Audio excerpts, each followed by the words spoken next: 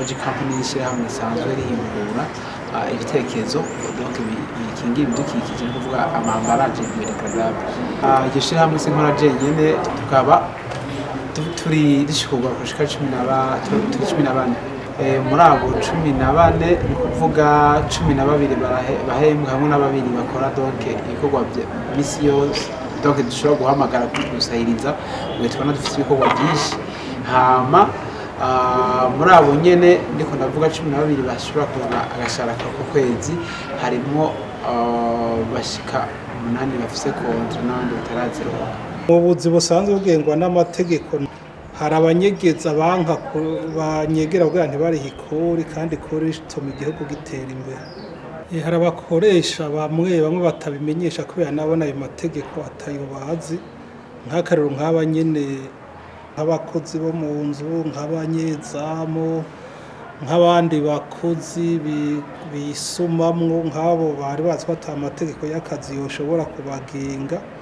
Mugabo twabonye yuko bishoboka ko amategeko yoshobora kubagenga kugira baronke bategekanirizwe kazoza aho bakora ntibaze baraturoye bafatwa nabi. Twebwe intambano tugira kugira tuje muri abo bakora bazi n'amategeko nuko ata amafaranga aboneka tuba dufise, kuko iyo nkaho tuvuga twagiye hamwe ora nko kugiseke urashobora gutanguza ubwasukuye mu ishamba akagunira dufate wasimiyemo gaco gasigarana.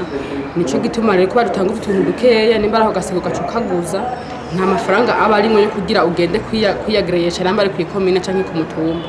Twebwe muri make intambamye mbona nuko kuntu nyene tuba dutanguza imitwe yacu tukavuga ati nimuze tugende hamwe hama tugira ico dushitseko. Ico dusaba nuko nimbara abo ari abantu ari batanu canke 10 baba baragiye hamwe abari haruguru yabo dufate nk'abajejwe nyene iby'abantu bitunganiriza imirimo bobegera kugira babaze ico bashaka, kuko kenshi usanga bakeneye amafaranga agacabura rero kugira bagire nabo intambwe bateye, kubera ko nyene usanga ntaho dufise tugira publicité ntake atari nk'umuntu nyene asanzwe akuza avuga ati hagenda azi abantu bagisha igiseke nta muntu ashobora kwikugurira cyangwa atari nga telefone nyene ufashe nk'uwo agafise ashire kuri statistique burya je nkoriki, usanga n'ibikorwa turiko turakora nyene bitamenyekana cyane. Ari naco gituma n'abandi nyene bandi baba babwirizwa kutumenya batatumenya bivanye no kukuntu tutagira aho tuvugira. Ahanini intambamyi ikunda kuba ni kubera ko ivyo bintu byose ugitangura ntoshobora kuca bitero bigira mu ngiro.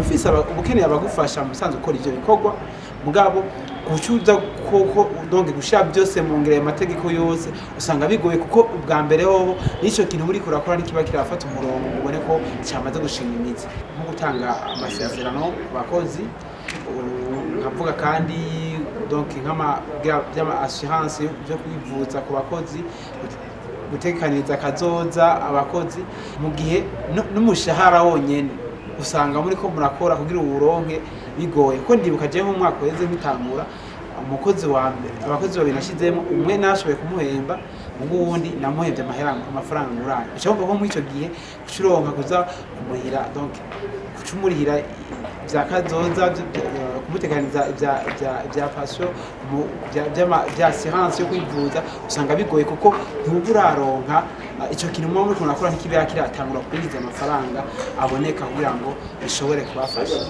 Ego kuja ku mugaragaro turabona akamaro kabyo, kuko iyo ukorera ku mugaragaro usanga hariho n'amategeko agukingira.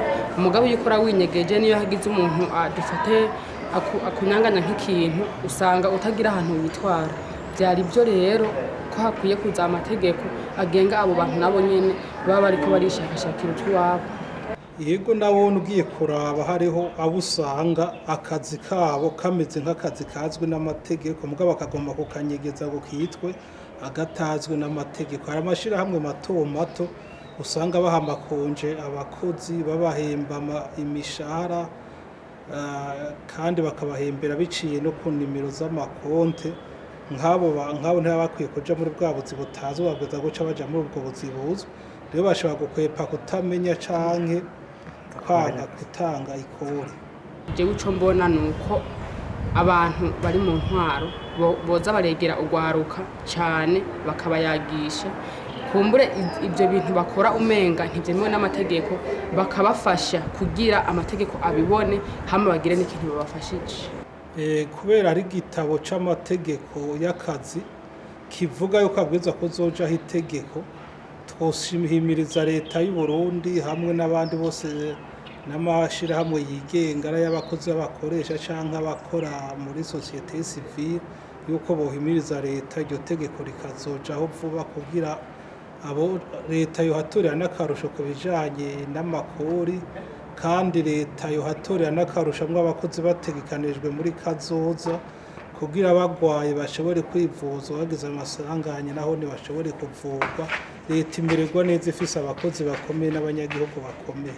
Ubushikiranganji bw'abakozi n'akazi busanzwe bufise ubugenzuzi bukuru bujejwe kuraba ivy'amategeko y'akazi ko yubahirijwe mu mashirahamwe atandukanye. Ubwo bugenzuzi rero mu bikorwa bukora buragenda bukaraba ko amategeko y'akazi yubahirijwe, barafise ivyo bafatirako, barafise n'impanuro bakunda guha abakozi n'abakoresha.